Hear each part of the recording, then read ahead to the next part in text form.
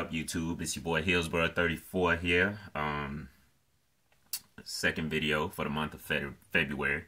Right now, I'm trying to get into running shape so I can run 5 miles next Saturday on a bad ankle. So we'll see how that goes. It's all about staying in shape. So that's pretty much the gist of that. I watched 2 Buccaneer fans videos, Real Talk Perez and AK Brown. And AK Brown, you asked me who were my top 3 guys I hope that will be available to us for that number 7 pick. And number 1 is going to be Jadeveon Clowney. Just because I think if you're looking at top 10 guys, I think he's probably number 1. And that's if he's not taken. I can't imagine him dropping to number 7. So with that being said, my second best guy, and Real Talk mentioned it in his video, is Sammy Watkins. I said in an older video that Sammy Watkins reminds me of Demaryius Thomas. Just with his style of play. He's kind of like a running back at wide receiver. So I really like Sammy Watkins, and I think with the addition of him on our team, we were horrible in offense last year. We were pretty bad, and Mike Williams is going through his off-the-field issues, and we paid him all that money. I like Mike Williams, but I was kind of wondering, for a number 2 guy like that, why we pay him so much money. And that's probably why the GM, Mark Dominic, was let go, because of decisions like that. Plus, we really, with the addition of Lovie Smith, they've kind of been saying we haven't been relevant since we won the Super Bowl.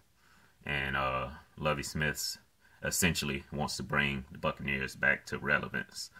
But let me get back on topic. My number one guy was Jadeveon Clowney. Number 2 is Sammy Watkins. I like the linebacker Khalil Mack. I like Barr from UCLA. But my number 3 guy, I almost want to say, is the tackle Greg Robinson from Auburn. Because of the offensive line issues that we had last year. Linebacker, I know you're supposed to take the best guy available. And those linebackers, both of those linebackers are solid, but I didn't see as big of a hole on the linebackers as I do on the offensive line, in the wide receivers, and also at defensive end. Everybody knows we need defensive linemen. What else did I want to mention? Mike Glennon. And I'm not trying to go against the grain or anything, but I'm not completely sure we should ignore picking up a quarterback. That's we don't want to end up, put it like this.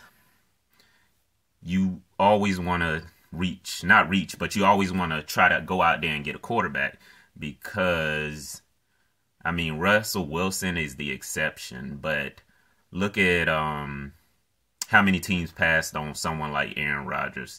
Just look how many, quarterbacks get passed over. Why should we risk not picking up a guy that could potentially turn into something special? Just in case, We've seen what Mike Glennon can do. Not too bad, but he still has a lot to improve on. And my thing is, this is how I want Bucs fans to look at it. He's only a third round pick. Third round pick is not like we have the world invested in him, like we did Josh Freeman. We had a lot invested, and that was the only reason we gave him so many chances. We don't have to do that with Mike Glennon. So if somebody out there is better, I keep hearing these Michael Vick rumors. I'm totally okay with that, because guess what? If someone can come in and push Mike Glennon, more competition, I'm down with that. So I don't know if anybody else would be on board with that, but I'm actually down. And one last thing. Back in my, I got another edition this month, and hat edition rather, for all my hat collectors out there. I think for anyone that collects hats, I think this hat in particular, if they make it for your team, is essential. But I guess this hat would be a Super Bowl club hat. So let me go ahead and bring that out.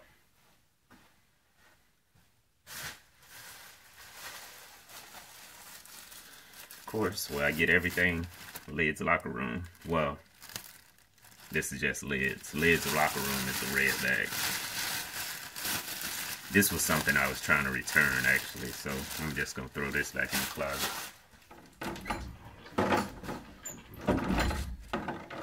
But this hat right here for next year. Oh, AK Brown, I don't know if you're going to the draft party this year at Raymond James. But if I do go to the draft party, I'm taking this hat with me right here. This lighting is bad in this room. But, yeah. One Super Bowl. Got the Bucks logo on the side. And I think that's it. I like this material on this. But this is a hat I almost feel like I don't really want to wear. What I want to do with this hat is get it signed. If I get to go to the draft party, I know a lot of the players... Revis and Golston and a few other guys were at the draft party last year. This hat is very similar to the one I have on, actually. But this one isn't a snapback. This one is a fitted. It seems like there's always so many more design options when it comes to fitted hats. So I'll add this one to my hat collection. But yeah, I want to get this signed. I want to get this signed by as many Buccaneer players as I can. And I'll try to avoid not wearing this hat. But yeah, I like this one. I always come up with my favorites. This is my new favorite now.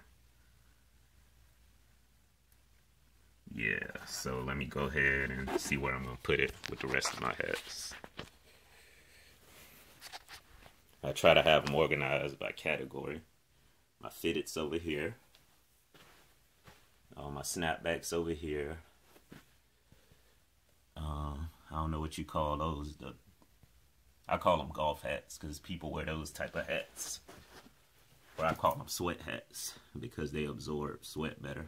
And those are the type of hats, if you go into the game, you don't care about sweating up. So, let me find a place to put this. I think I'm, there's nowhere to hang it. But yeah, that's it for this video. My top 3 people again: Jadeveon Clowney, Sammy Watkins, and Greg Robinson. So I'm gonna end this video right there, and I'll catch up with y'all. I might catch up with y'all later this month, or it might be next month. So holla, your boy Hillsboro.